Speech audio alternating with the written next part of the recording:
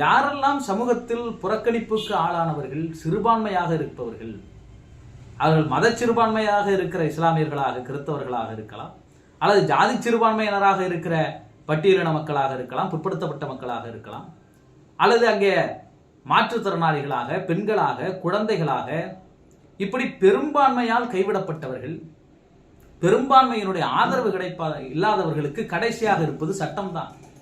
அரசியல் சட்டம்தான் சிறப்பு பாதுகாப்பு சட்டங்களை ஏற்படுத்தி பெரும்பான்மை மக்களின் ஆதரவற்ற மக்களை காப்பாற்றுகிறது. அந்த சட்டங்களின் மீது தொடர்ந்து வெறுப்பை உமிழ்கிற வேலையை எப்பொழுதெல்லாம் வாய்ப்பு கிடைக்கிறதோ அப்போதெல்லாம் இந்த பெரும்பான்மை சமூகம் செய்யும். அப்படி ஒரு ஆதிக்க சமூக மனநிலை உடையவர்கள் தான் ஆண்கள்.